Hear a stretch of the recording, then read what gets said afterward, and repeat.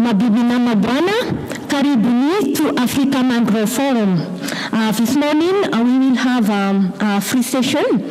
The session will consist of a free speaker about to give us like a 12 minutes of our presentation each, and we're going to address the uses on mangrove in Africa. The session will summarize the status of information of mangrove in Africa, like the context, like challenges, extent, and also the information on the success reforestation and management effort in Africa. The session will consist to distinguish three speakers, followed by a panel session, 45 minutes, that will provide a framework for session, and the objective of the session are to summarize the current state of mangrove, about the knowledge of mangrove in Africa, the discuss framework on mangrove restoration and sustainable management, and also to raise the key question on the governance of mangrove. The topic of discussion on the panel will be mainly on the integrated mangrove management, also ecological restoration of mangrove, and also the carbon financing, and the international policy, such as like Paris Agreement, the NDCs, and the sustainable development goal. So I would like to invite our first speaker, who is Dr. Mangrove from the Institute of Marine Science in Tanzania. He will tell us about the status of mangrove forest research in Africa. The speaker will provide us with an overview of mangrove in Africa, like the challenges, the pressure and the threats on mangrove, and also he will introduce us like the carbon stock assessment within the East of Africa and Central of Africa, and he will also discuss like the approach that we are using for the restoration of mangrove in Africa, and also based on the experiences on the mangrove management in the other country. He will also discuss like more about the management plan in the mangrove in Africa, and lastly, he will tell us about the gap in research on mangrove in Africa, because it is known that the mangrove research in Africa is quite of leftover compared to the terrestrial research. Even thought that the mangrove play an important role in not only on the climate change mitigation, but also on the livelihood of millions of coastal communities. So I would like to invite the first speaker, Dr. Mangrove. Up. Yes, Lala. Yes, just 1 second. It's not there. Yes.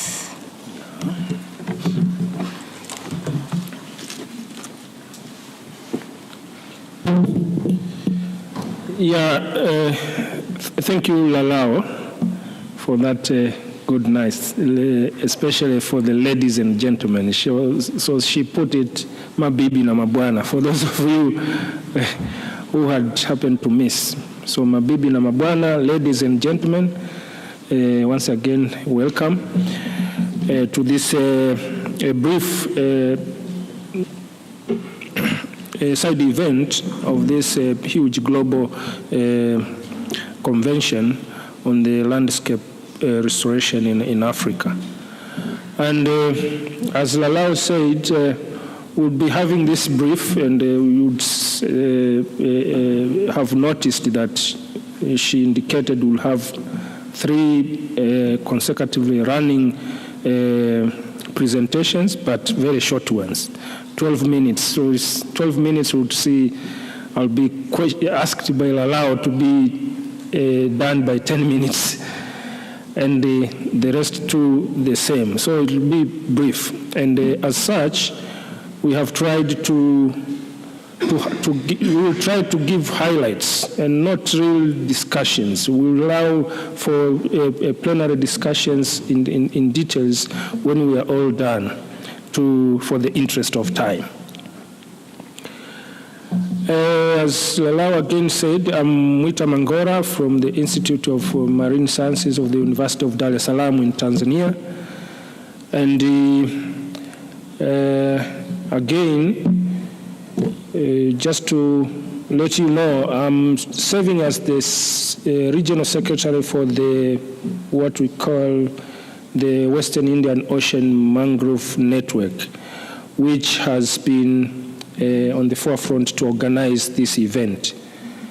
And for those of you who are not familiar with it, we have this regional network that brings together experts and managers and practitioners with interest across the disciplines in mangrove forest ecosystems in the Western Indian Ocean region. And so later on in the plenary discussion, we of course have time to discuss on how best this can be a vehicle towards realizing the sustainable utilization and exploitation of the mangrove ecosystems in the region, but also we want to influence across the continent. We have other similar initiatives in the other side of the continent. We would want to see how best we can come together. I'll have that in one of the slides in my presentation. So straight to the presentation. This one is to highlight on the status and research and future priorities on mangroves in Africa. So briefly, this is a famous map that shows the distribution of mangroves over the globe. And of interest here, I wanted to show you that leave the numbers, the big numbers, the millions, the hundreds, thousands of hectares, but the percentage that this map shows that of around 20% of the global mangrove cover it happens to be in Africa. So it's a significant amount of the mangrove stock that is in the African continent. So, of course, as you would compare the Southeast Asia and takes the big chunk of the mangrove resources that we have over on the globe, and then we have the Latin America and Southern America and the other small bits on the Middle East and Indian Indian region that accounts for that 6.6%. So with this one, if we narrow down to the African continent, I also wanted to show you that how this resource is distributed in Africa. So you will see that the western side of the continent carries, again, the big chunk. 63% of the estimated mangrove cover in the continent is on the West African side. But you'd interestingly note that with that big proportion, but again, there are only 6 species of the mangroves that occurs there, unlike the eastern side where we have only 37%, but 10 species of mangroves. And the formations of these mangroves varies across in different countries. You'll find huge, large mangrove forests, and in other areas you find a small shrub-like a mangrove forest. These two pictures shows the Avicennia marina mangroves growing in two different situations. One would see the top one is from Rufiji Delta in Tanzania, where you'll find they are growing all the way to 40 meters tall. And the below one is, of course, again from Tanzania, but in Zanzibar Island, one of the sites in Zanzibar Island, where these same species, Avicennia marina, but they might be of the same age, but you'll see the one below is just shrub-like stunted. So these variations has much also to inform on the priorities in the way we should be managing and exploiting the resources. So this one gives an indication of the proportions of the mangroves that we have. You'd see Nigeria is at the top, having the biggest chunk of mangroves, and all the way to the countries that have very small area of cover, the Congo and Togo. So for the interest of the region, you'd see most of the countries of our region, the Uyo region, the Tanzania, Kenya, Madagascar, Mozambique, and South Africa, you'd see they are somewhere. So contributing quite significantly, as I said, the 37% comes from those. So this trend shows that we, of course, need to come together as a region, as a bloc, to see how best we could manage these resources as one. Of course, as it is now, management initiatives have been fragmented, and each of these countries has its own sort of strategies and mechanisms to manage. So these variations need to be addressed so that we have a common approach to see that these resources are well managed. Straight into, of course, we want to quickly look into the resources and the pressures that this mangrove face, and later I will touch on the responses. Mangroves are used, and unfortunately, it's the same uses that in most of the times turns to be threats or pressures. So traditionally they have been exploited to supply the wood resources for a range of purposes, construction. The topmost left photo, that's mangrove poles harvested for construction purposes. Mangroves support traditional fisheries, you'll see from the top photo on the right. And then the bottom, this is a characteristic photo from Rufiji Delta, where clearance of big chunks of mangroves are done to give way for rice farming. And charcoal making, again, is so characteristic in the mangrove areas, and it has consumed quite a lot. This pictorial presentation, again, it gives a summary of the issues around mangroves. You'd see the services, as I said earlier, but also which turns to be, if not well managed and controlled, to be threats. And I would, in the interest of time, would not want to go into the details. We will have time to look into this, but they are of the same order as I mentioned in the earlier slide. But in terms of the management priorities, we need also to address issues around pollution, issues around restoration and how best we sustain the restoration, protecting the remaining mangrove cover. In the next slide, I will show you how this is important, and then reduce the emissions from the degradation and deforestation. So this table, if you can see well, in the African column, of interest here, what I wanted to indicate is the row that reads intact.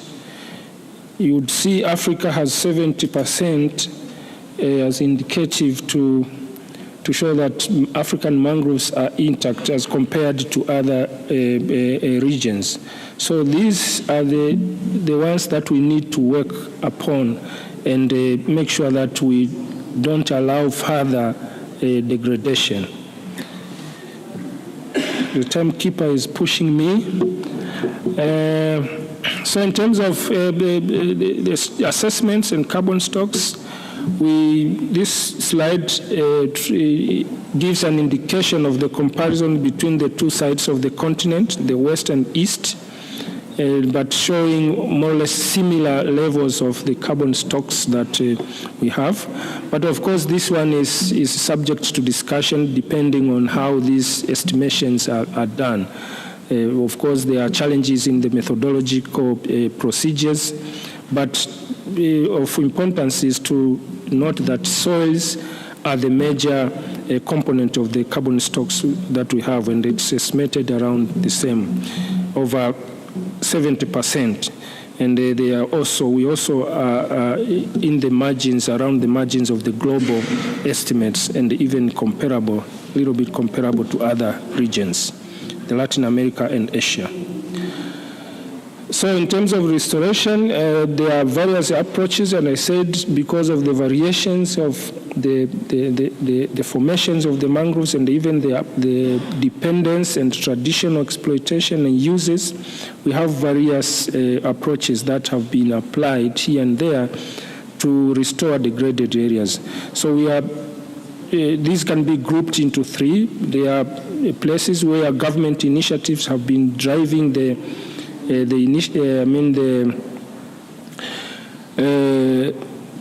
activities or the projects to restore mangroves, and there are also community-driven approaches that are often supported by civil society organizations and NGOs, and there are areas where these two are mixed to support the restoration initiatives.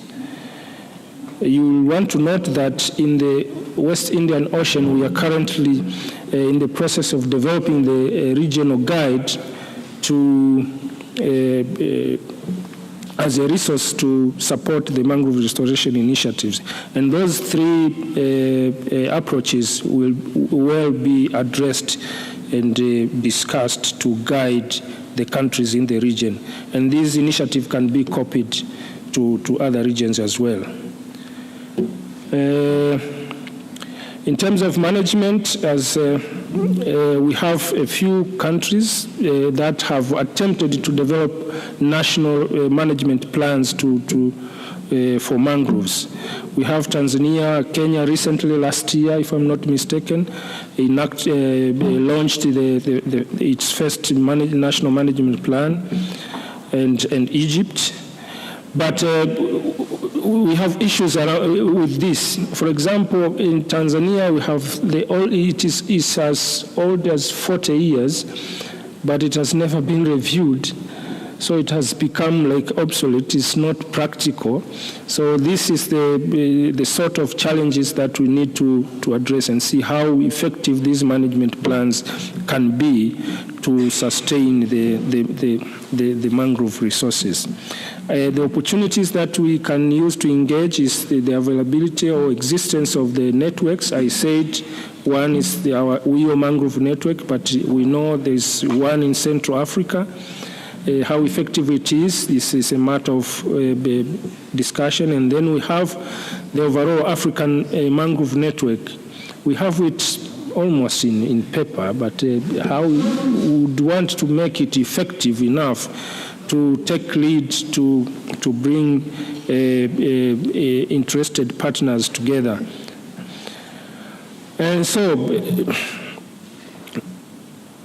future research needs and work, it's all around ascertaining the mangrove cover. We have huge variations in estimations of the mangrove cover, not only within countries, but as we compare between countries and regions. So we need to ascertain the mangrove cover. We need to do some more work on determining the carbon stocks that we have in the region and all over Africa as at large. And then we need to communicate the results to the policy and policymakers and decision makers, so that these can inform the policy and the legislative reforms. And then we need to have coordinated both national, regional, and international dynamics to see that we have a harmonized kind of management approach, and so that we can share across the countries and regions the experiences and lessons that we can be of advantage to safeguard the future of the mangroves. Otherwise, thank you very much for your attention.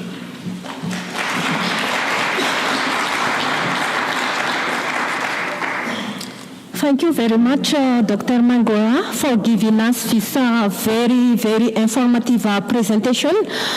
This can give us like a better understanding of situation of mangrove in Africa, and also on the challenges that we are facing regarding the mangrove situation in Africa. The second speaker will be Dr. James Cairo from the country. He will tell us about how to translate the science into the policy and into the practice. He will give us a presentation about the carbon offset project in Mikoko Pamoja, and he will also tell us how will be this attribute integrated into the policies, into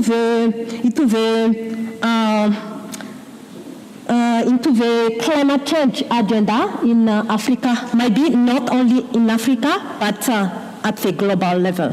Dr. Cairo? Thank you, Lalao. First of all, welcome to this side event of the Global Landscape Forum. This is the African Mangrove side event. It's actually organized by Kenya Marine and Fisheries Research Institute on behalf of Mangrove Network of the Wheel region. But we are not doing alone. Our initial planning with the C4, with the WWF and the USFA was to have 180 minutes, 2 sessions. But then, so we had 2 parts. We had the technical part, the initial concept, and the community part. But when the coordinator of the GLF gave us only our 90 minutes, we had to redraft the concept to fit with the required time. So, but we also gave we also had to give allowance of each one because we had already invited and informed the other team. So we have something for community, something for technical part you have heard from Mangora, and now I'll be talking something little about the policy, how to translate science to policy. Actually, no, because somebody told me, when you say science, they are thinking about chemistry and physics. We're not talking about that. We're talking about how to translate knowledge to management, to actual, and so that is what I'll be talking about. So, as I said, my name is Cairo from Kenya Marine and Fisheries, and we are on the Mangrove Network. But we were not alone. You could see from the other logo, this function is funded by many funders, and they are with our midst, the USFA. We have C4. Thank you very much, Esther, because you have really been coordinating this. We have USAID. We have the German initiative through the Save Our Mangrove and the WWF Germany. Thank you very much, Julika and the team. And we also have the Nature Conservancy. And also, although you see the room not full, people are on the Rhine. You know what was happening. Many of you registered today, and that has been the problem. So don't say, where are the others? They are here, only that they are outside by in spirit. Then we also have a lot of supporters. We have the Kenya Forest Service, who are really always here. I have the head of the information service, the Edward Modred University is here, the Wetland International, and Blue Forest and Blue Ventures. So all those are from supporters. I just want to reflect to you, we are not talking about anything outside the marine ecosystem. And we know the ocean is 70%. The earth is 70%. 7% of their service include open ocean, estuaries, mangrove coral reefs, and deep sea. And those, when you know marine ecosystem services, you cannot disintegrate them from the Sustainable Development Goals and Paris Agreement. So you manage the ecosystem services of the marine sector, you'll be reaching SDG, you'll be reaching Paris Agreement. So we are not away from that. Now, bringing in to Mangrove offer, this is a published paper in PLOS ONE, one of our team members from VUB. You can see mangrove provide everything on fisheries, ecotourism, coastal protection, pollution, food, all that, and even the others are not known, like forest fodder, water bioremediation. Those who have worked in desert countries like Egypt, you can see the major problem of mangrove there is because of grazing by camels. So it's really good fodder when you look. So all these are values that mangrove provide, but are they captured?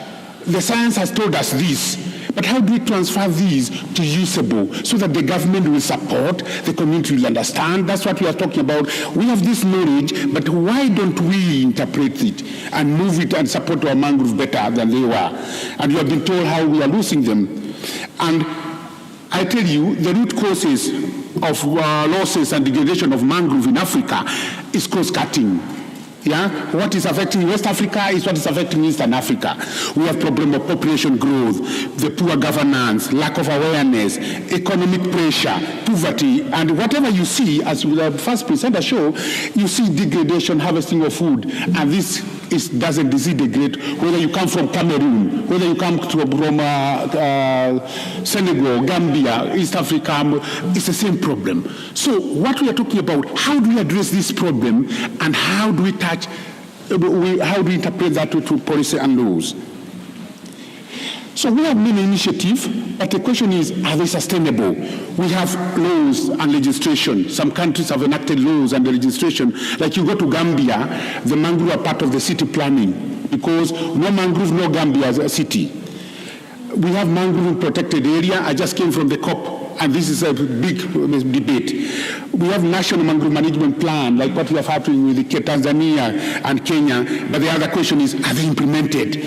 The next question is, there's a lot of awareness creation. Nowadays you see a lot of community planting, but is that planting sustainable? Are they doing the right thing? Or they are just doing for TV and photographs? That's what we want to collect and say, we want to see activities that are sustainable. And are there mangrove opportunity for RED? And as I said, there's so much published information. And some of like this is all work published from our mangrove and the seagrasses ecosystem in the region, particularly in Kenya. We can evaluate, we can predict carbon stocks in mangrove, we can see the losses, and we can see emissions, but we want now to translate these to science. So we combine that part of this information, we combine the part of the back information we had, and we thought, with all this information, why is mangrove still degraded?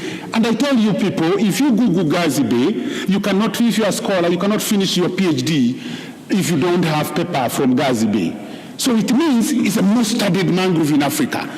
And I think it's number 3 in the world after Everglades and Australia. But the question is, why you have a lot of information but doesn't support management?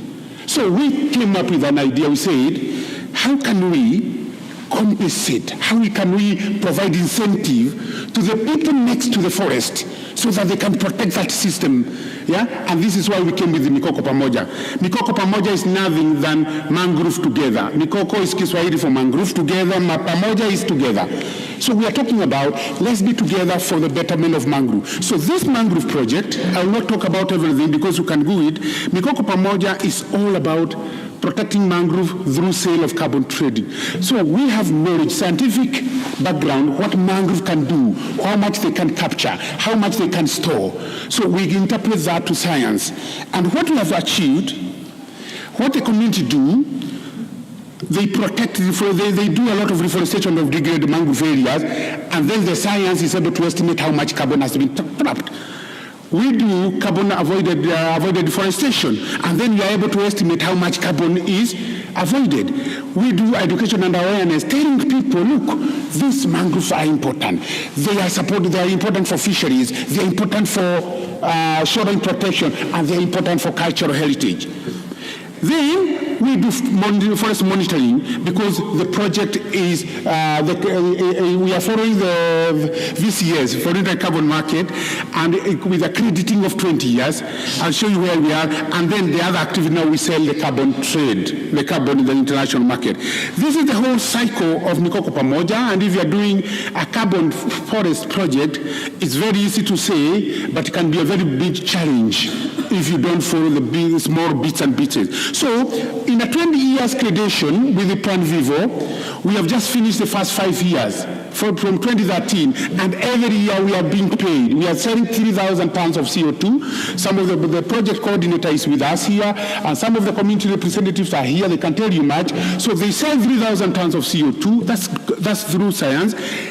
They get around 50,000 USD per hectare per year from 117 hectares. So, but every 5 years there should be independent verification. So our independent validator is coming again in the September to check whether everything is going on well. So the whole framework is 20 years. So we have been able to interpret the simple science of biomass estimation, carbon capture, carbon storage, to be able now to sell and integrate mangrove in red or blue carbon project. And this is the first project to be validated and to go through all the cycle in the world on mangroves. What is the outcome of all this? I don't know whether you will be able to see. These are what we call the scorecard. And we have been able to see, the product we get from mangrove, the sale of carbon, because people, in all these, money speaks. So if the community don't see the money and they they change their livelihood, you are doing nothing. So the money they get, they are able to support education. You can see they are buying 600 textbooks for two schools. They provide water for 4,500 people. And they have planted 10,000 trees so far, and we have been able to offset 6,000 so far. So for the 3 years, 3,000 multiplied by 5 becomes like 15,000 CO2 tons of carbon dioxide. And I have the impact officer here, the community impact officer, and so when you need a lot to know how much is Mikoko Pamoja carbon trading, because some people think it doesn't work. It's only rhetoric. You better follow and check, and also check the website and see how are we able to trade. And you can also buy. You can also be part of our market. So we are not only selling international market. You are also international, isn't it? Okay. So what is the building block? Why have we been successful? It's because it has a lot of community support. We have strong science. I told you Gazibe is very studied. We have government support and, of course, the international network. So that part can be able to help you to move to the carbon market if you are doing. Because if you don't have the good community support, who understand the mangrove knowledge, the mangrove ecology and the benefit, and the government who support and come up with laws that support, you will not be able to develop that project. You will end up in stock assessment. And because of that, we have been very lucky. We are moving Mikoko Pamoja to another village. This is one of the Leonardo DiCaprio. He's just funded us to move from Gazi to Vanga. And this year, they were able to also get the UN Equator Initiative. So it has been a very good initiative, and we hope we can replicate that to other areas in Africa. But then after that, we also are trying other things. We were told by our facilitator, we are doing NDCs. For those who are new, NDCs are nationally determined contribution of Paris Agreement. And if you look at our NDC, most of our NDC are talking about the terrestrial, the NDC of the forest and agriculture sector. In our countries, most of them are on the terrestrial system. We want to restore mangrove, but we want to restore the terrestrial system. Like our NDC talks about 10% mangrove forest cover by 2020. But when you look at our country, Kenya, 80% is arid. But mangrove is only 3%. But we are saying we can do more. Apart from only restoring, can we protect the area we have? I'm finishing. So the project is funded through the WWF US and WWF Germany. And we are doing in Lamu. And Lamu, that's the Lamu part, the northern part has 70% of our mangrove area and huge stocks of old forest. And what the project wants to do is to accelerate blue carbon ecosystem for their benefit of climate, community, and biodiversity, and to influence policy on use of NDCs, mangrove and blue carbon ecosystem in NDC. And the output we want to achieve is mangrove of Kenya will be valued. And when they are valued, they will be incorporated in the national level planning and the NDCs and the SDGs for that matter. I don't want to do that.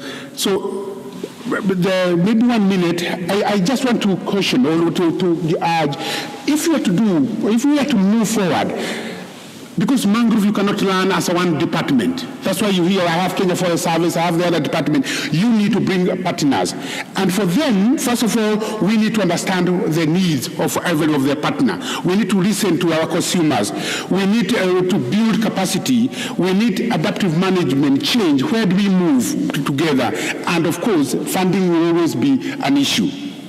But on policy part, and my past speakers have already talked about, how do we move on the policy? What are the policy considerations when we are talking about mangrove in Africa? It is important to incorporate mangrove and associated ecosystem in the national policies, including the NDCs. And I've told you, we already have started in Kenya in the ongoing project in Lamu. We need to enhance understanding. We feel that mangrove are still neglected. Particularly, I like the fact that the WIO network is trying to push this forward, particularly in the Eastern Africa. But when you look at African region in wide Western Africa, we have to do something. We have better mangrove, but more neglected. We need to build capacity at all levels for people to understand system and understand science of mangrove and their full potential. And lastly, we need to increase funding for restoration and management. And that's why we thought having this blue carbon, this side event under the Global Landscape Forum, which theme is on restoration of landscape in Africa, we thought is appropriate for mangrove, which is less known, and then we'll be able to propel the science and the forest for that matter. Thank you so much.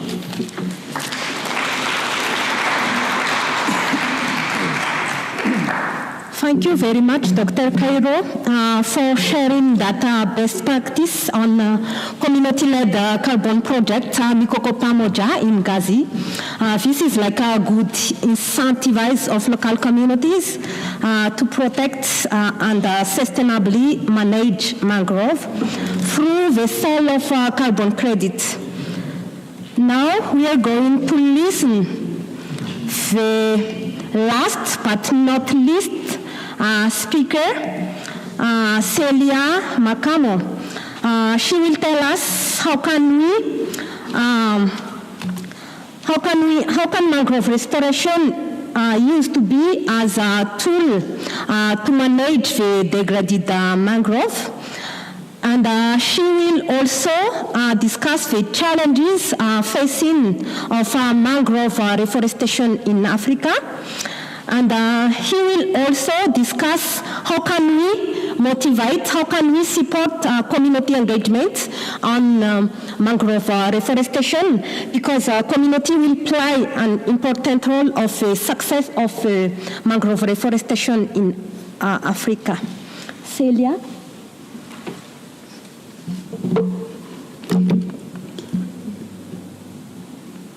Good morning, everyone. Thank you, Lala. So my name is Celia Macambo. I am from the Eduardo Mondlane University in Mozambique. And as Lala said in her introduction, I'm going to talk about a mangrove restoration experience in Mozambique as a case for Africa. And we'll have the opportunity to discuss these issues of the community commitment that Dr. Cairo mentioned in the previous presentation. This case I'm going to present is from Mozambique, from a village named Nhangao. Nhangao is a small village. It's actually part of the Beira municipality, which is the second major city in Mozambique, and but it's part of a municipality, but it has very strong rural characteristics. So it's an interesting site. The main activities in Mangawa: agriculture, fisheries, and small business. But Nhangao is a major provider of fishing resources to Beira and other areas nearby, and it also provides wood resources, mangrove wood and charcoal included. Since even though Beira is a town, most of the population still rely on wood fuel and on fuel wood. The area is facing also challenges with climate change and with the rising tides.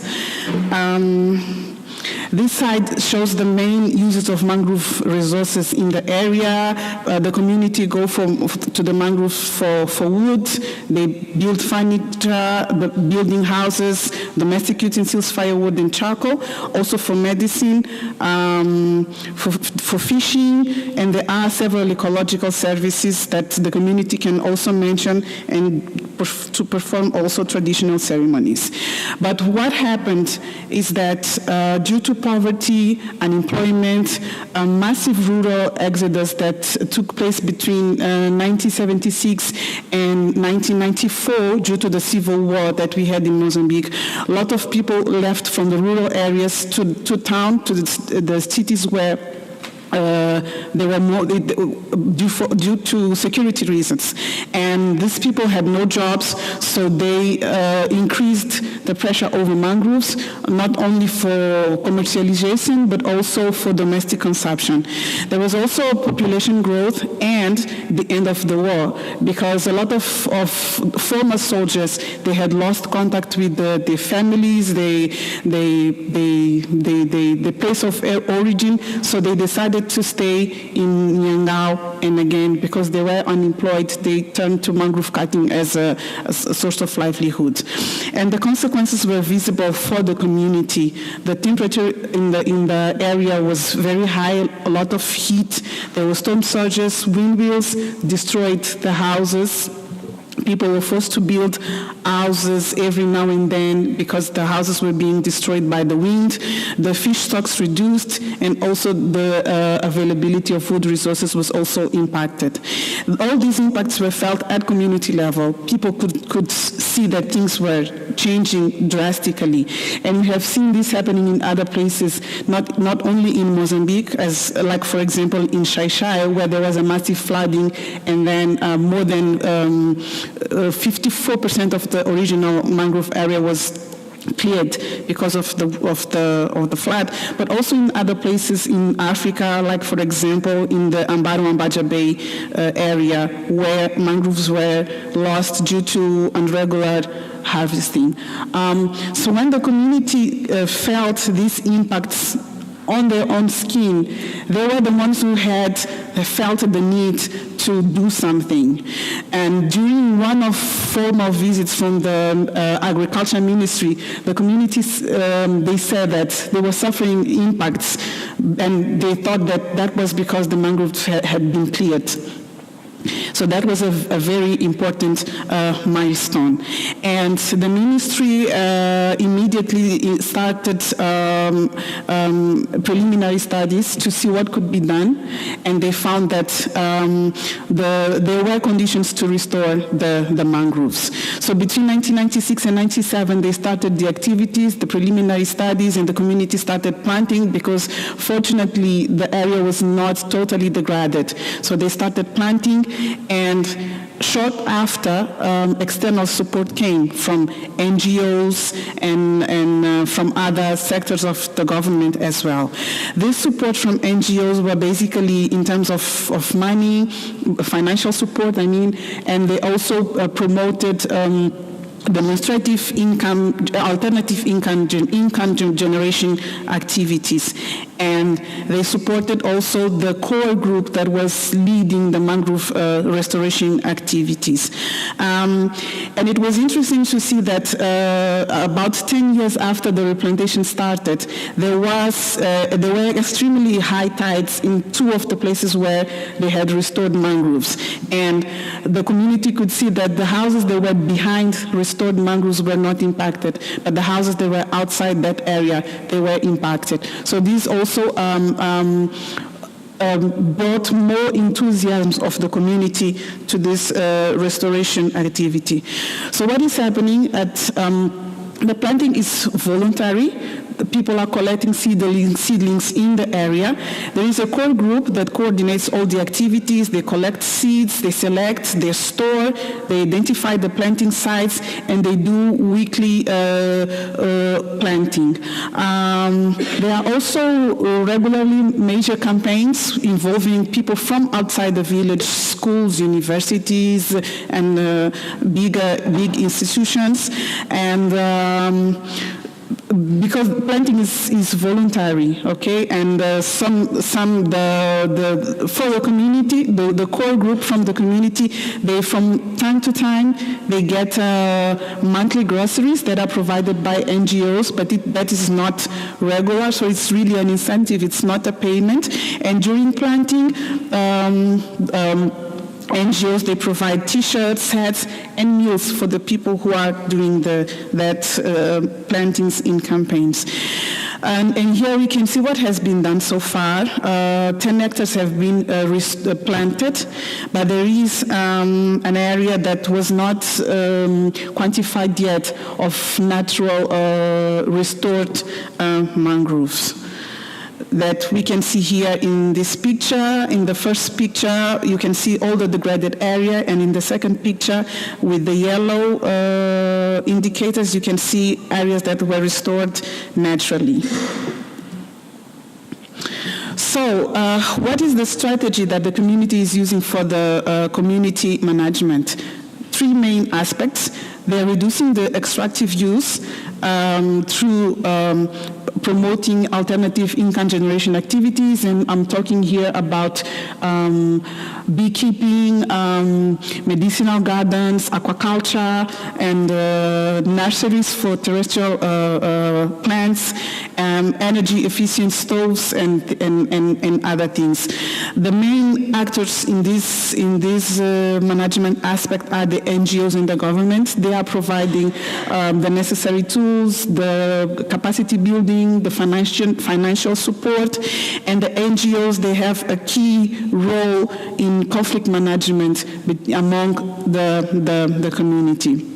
There is also the continuous awareness and planting, and this is the community that is doing itself. It's really interesting to see that the community educating other people from the community and coming from outside. As I said, Nyangao is very close to a major urban center, so there is a lot of people coming in, and the people that come, they need to be educated, if I can use that word, and it's the community that do that. They can identify people coming, and they go and talk to them about the importance of the mangrove, the activities that are taking place.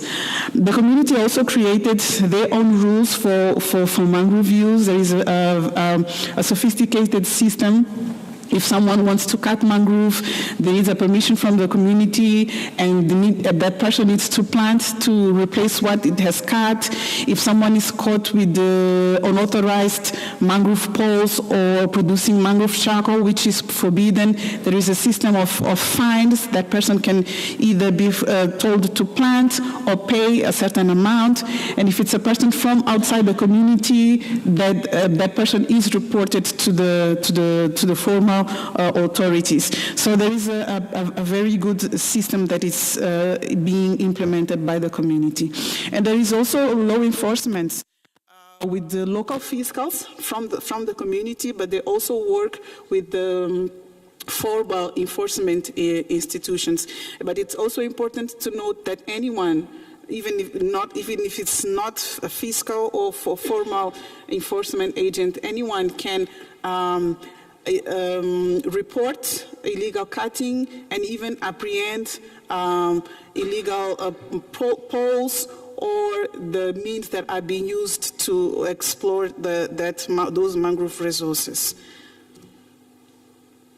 And here I just wanted to show two pictures that reflect decisions that were taken by the community. For example, here the community decided that they wanted to build this small bridge to have access to other sites in the area that were not accessible. So they decided to cut the mangrove, and this one showing this block was planted, was one of the first blocks planted, and it was too tight. So the local forest ministry, they came and said that the community should cut some trees to allow them to grow properly because it was really too tight. But the community decided that they don't want to do that. They want to keep it as it is to enhance the protection of the houses that were behind these trees, and also to discourage mangrove cutting. But there are a lot of challenges, and we can see here from the picture that there is a lot of illegal cutting from people outside the village, but also some from people within the village.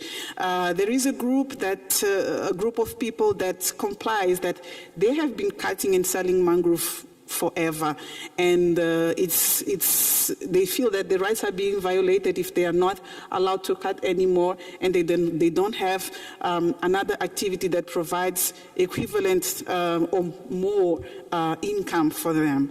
There is also a need for local capacity in monitoring. We found that the community they say that they planted about 500 hectares, but as you could see in our study, we found 10 hectares. They estimated 500 hectares based on the number of seedlings that they planted, but of course it needed some verification, and they don't have that capacity to really monitor what they are doing. There are a lot of external influences as well. As from the nearby city, for example, and political conflicts because the municipality is being ruled by one party, but the government, the provincial government, is from another party. So you will find many times decisions are being made based on political advantages and not looking at what really should be done. But sometimes that is beneficial. For example, in last year, the head of the administrative post, she ordered the clearing of 1,500 square meters of mangrove, and she was dismissed immediately because the municipality wanted to show work. So that was one positive aspect of that conflict, but in most of the times it's not like that. There is also need to improve enforcement. There are lack of means both for the community and for formal authorities, a lot of bribery and even threats to the community members that are enforcing the mangrove protection, and of course financial limitations to ensure the functioning of the Natural Resources Management Committee. There are a lot of opportunities. For example, this experience could be one of the most important restore laboratories, mangrove restoration laboratories in Mozambique. There is a lot going on there. And there are a lot of questions that do not have answer. Like, for example, are the management efforts compensating the cutting pressure, because there is still a lot of cutting pressure. Mangrove valuation, what's the social dynamics behind the community response, the conflicts, why do we have people that are not complying, and also gender issues. Other questions have to do with who is actually benefiting from this restoration, and how can we involve these other groups that are currently not part of the project, but they are getting some benefits. And also there is opportunity for, there is no local management plan in the area, no targets for planting, and so there is a lot of work that can be done on that, and of course, carbon financing. So I will end it here. Thank you. Just I wanted to show this picture with this announcement: é proibido cortar mangal, which is mangrove cutting is forbidden. Thank you.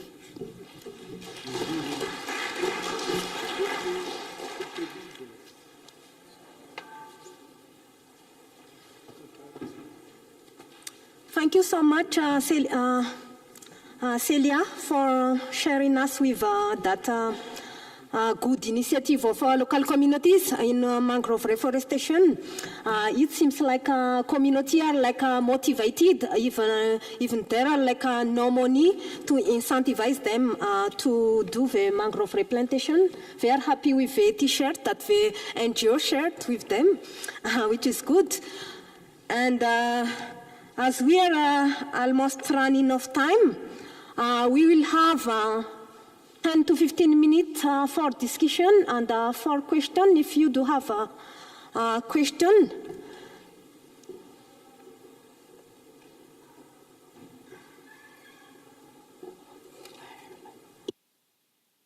Question? Yes. It is okay. Good morning. I really appreciate the presentations.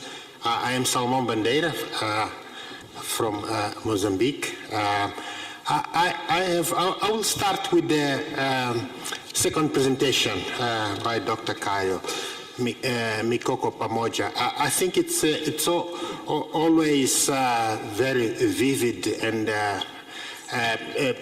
learning, just the manantial of information and the history of the Mikoko Pamoja and the Gazi mangrove. I would like to see how such a very great experience. I think you also had some advantages. I mean, the mangrove were cleared some 20 years ago. You had the main road down there. You had the major town nearby, which is Mombasa. You had the National Institute nearby also. So all that, as you pointed out, created, as you mentioned also, the 4 elements that helped you: the community, the science, the support, the international support. I just wanted to if you can tell us a little bit more, how can you scale up this in a different condition? You may have a remote mangrove in Madagascar, for example, or maybe somewhere in West Africa. How can we collectively engage in a forum to save these 20-24% of mangroves in Africa? So this is the main question. I would also like to hear a little bit. I know Celia mentioned the challenges. Are they challenged with Mikoko Pamoja today? What a day. Okay. So it's. I think Mangoro also mentioned different networks, whether they are functional. What are the roles they can play in terms of uplifting? The mangrove, because mangroves are a way of life. As I can also take the example from my place, where 60% of people live on the coast. They rely on mangroves, and they're usually in a remote place. Thank you. Okay, excuse me. Before we ask question, could you please introduce ourselves? Who you are? before you ask question. No, I please. didn't introduce myself. Salomon Bandeira from Mozambique. Thank you. Thank you. Okay. Yeah. Yes. You have three. Any question? Yes. Maybe him first. Merci. Sorry for my English because I come from Senegal and I speak French, but I try to do it in English. Okay. Just one idea. I plant 1 and 5,000 hectare mangrove in Senegal with 1 and 5,000, 15,000. 15,000 hectare.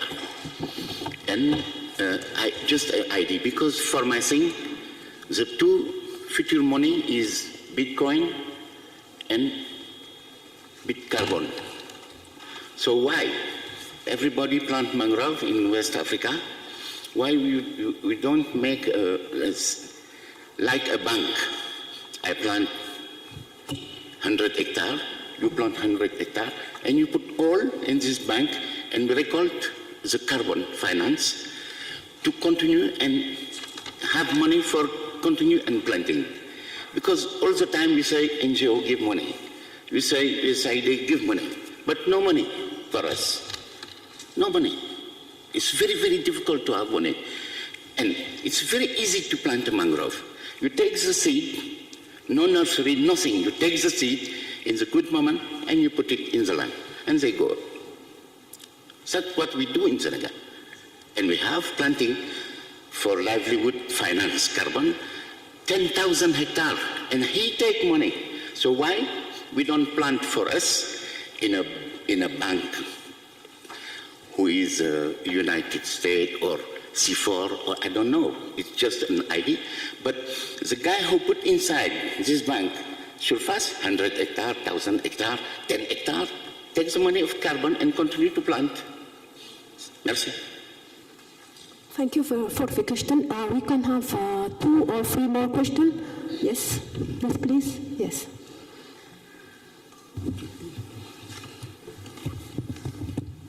This is Gordon Ajonina. I'm from Cameroon. I work with Cameroon Wildlife Conservation Society, and we are part of the network of African Mangrove Network, which covers the 2 regions, that is the West Central Africa and the East African region, which Dr. Cairo has largely said. It is quite unfortunate that we from the West and Central Africa could not present anything here because of the constraint that he has of the forum. What we can say here, especially if I want to make any comment, I don't know whether it's going to be a contribution, but just to say that of the 20% of the mangrove we have in Africa, we have 14% in West and Central Africa. And the specificity of the mangroves in Central Africa is just that they are one of the biggest in the world. We have mangroves as big as 100 to 120 centimeters in DBH of the size, up to 50 meters high.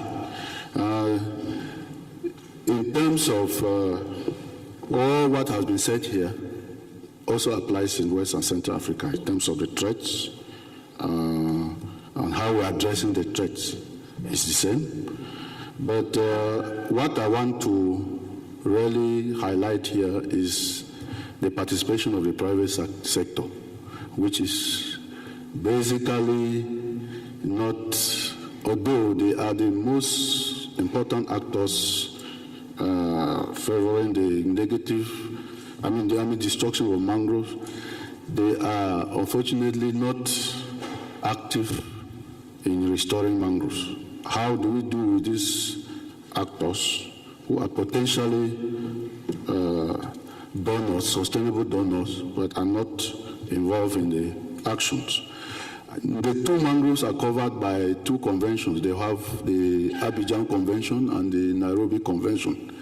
But what is interesting there is that they are putting forward a mangrove protocol, because we notice that the mangroves are not well indicated in the various conventions, and so that's why we're bringing it out. Okay. So I think these issues, we'll see how to bring it to the various conventions, okay, especially which are under the protocol development and mangroves. Okay, thank you so much. Maybe we have two more questions because we are almost running out of time, and I would like to ask you to be like straightforward when you are asking questions. Thank you. Yes. Thank you. I'm Dorothy Lisenga, coming from DRC. I'm an indigenous woman.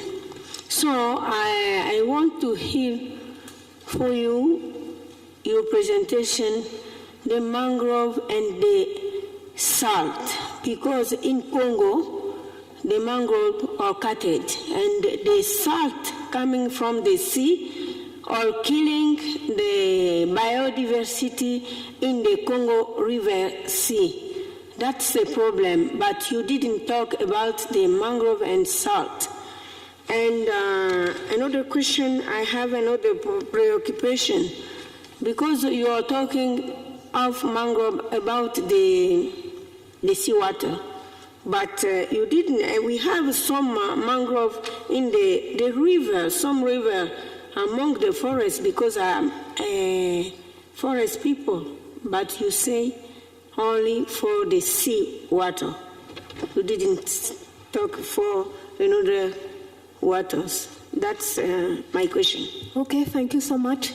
Just one last question for the lady next to you.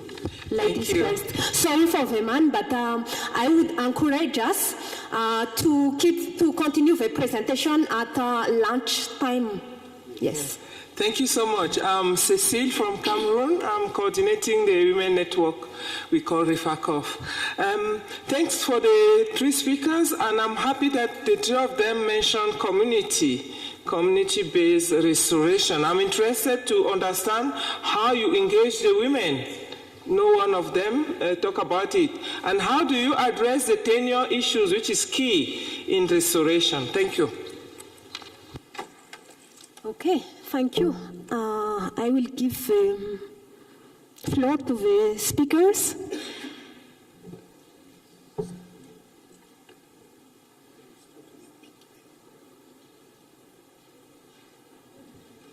Speakers.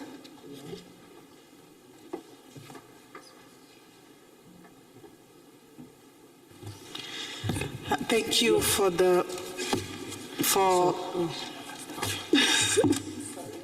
yeah. Sorry for that. Thank you for the valuable comments and questions. I would like to address the last one, how the role of women. Yes, women have a very important role, both in mangrove restoration and management. They are the ones who they also collect a lot of resources. Usually it will be firewood, but also food. In terms of poles, not so much, but maybe the smaller ones, but that's because of it's a job that requires a lot of strength, physical, and women are not so strong, but they will also collect some. But they have a very strong role in engaging the rest of the community, because they also, in many cases, women are major important providers in the house, and they provide from mangrove resources as well. So they are there. So they understand a lot of what is going on, and they have they work they have the power to transform things within the community, even though in some cases they look like the fragile side, but they have a lot of power and they can do a lot.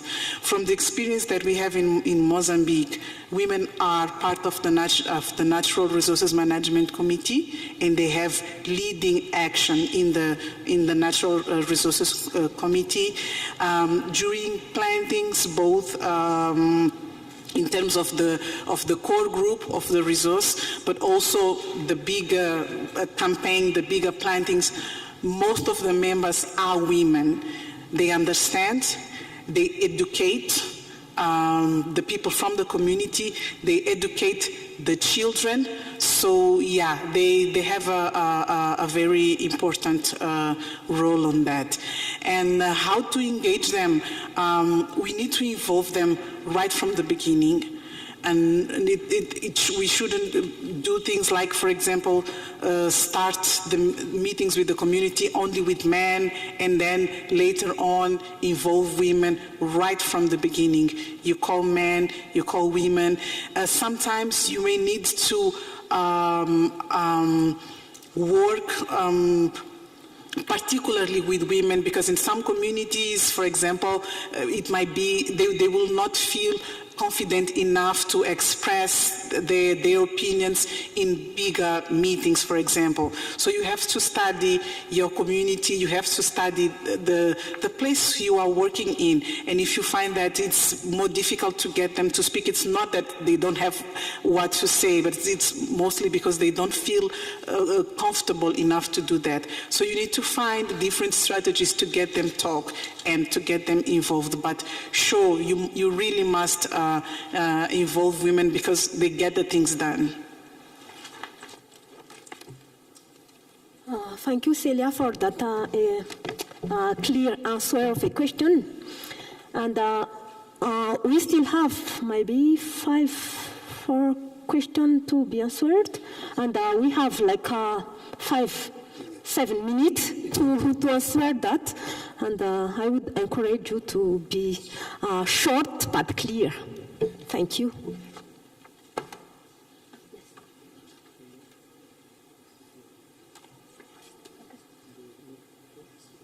Yeah. Okay, thank you, Lalau. I'll take on the networking issues that Salamao and Gordon and I think the lady there also mentioned about the women network in Cameroon for the mangroves. Taking the experiences that we have in the West Indian Ocean region with our WIO mangrove network, and as you have noted, the way we have indicated, this event has been organized by Kemfree on behalf of the network. We are developing to raise this network into a fully functioning kind of an institution in the region to lead on the mangrove agenda.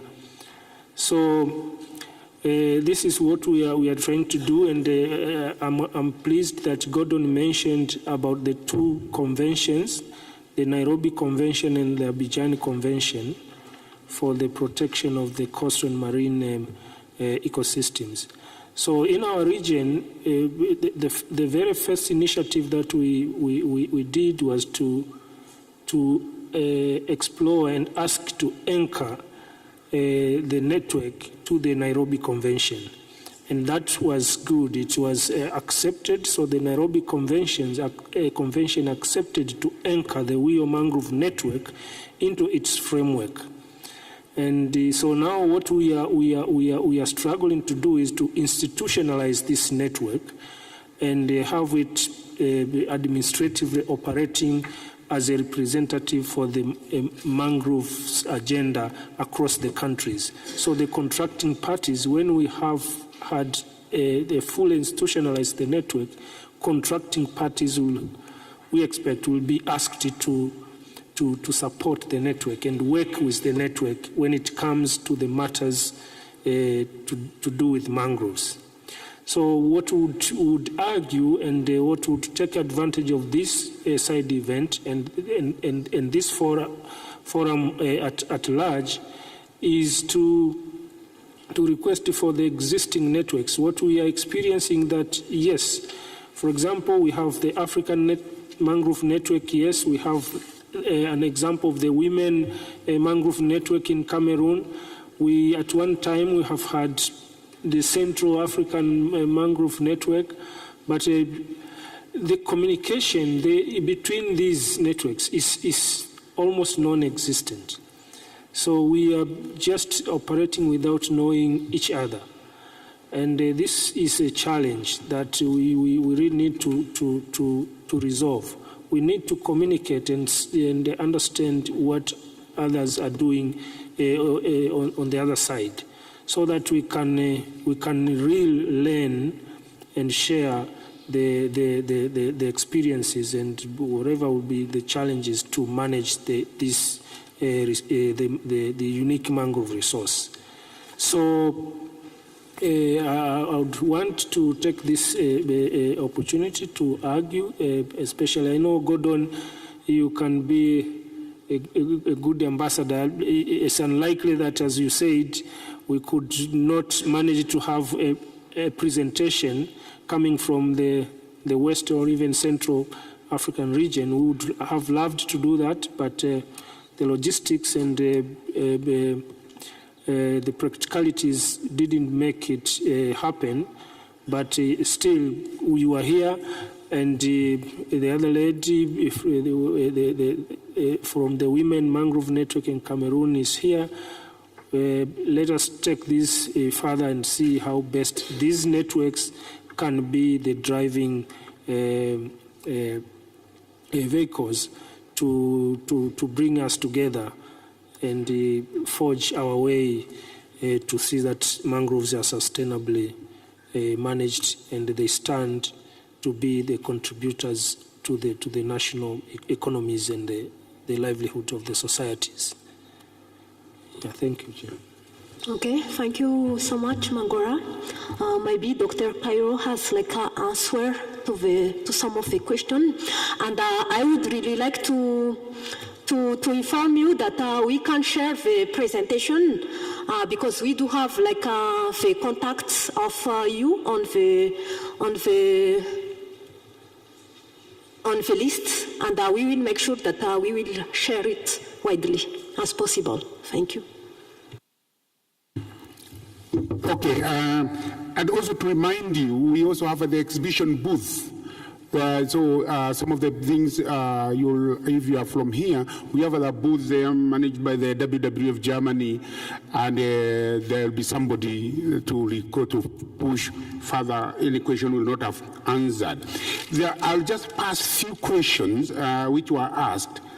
And I always say, sometimes I always challenge my colleague and tell them, to win the mangrove war or the race, you have to continue being passionate, not interested. Most people are very interested in mangrove, but the moment we leave the meeting, they stop and we wait for the next meeting. So that will not make Mikoko Pamoja move.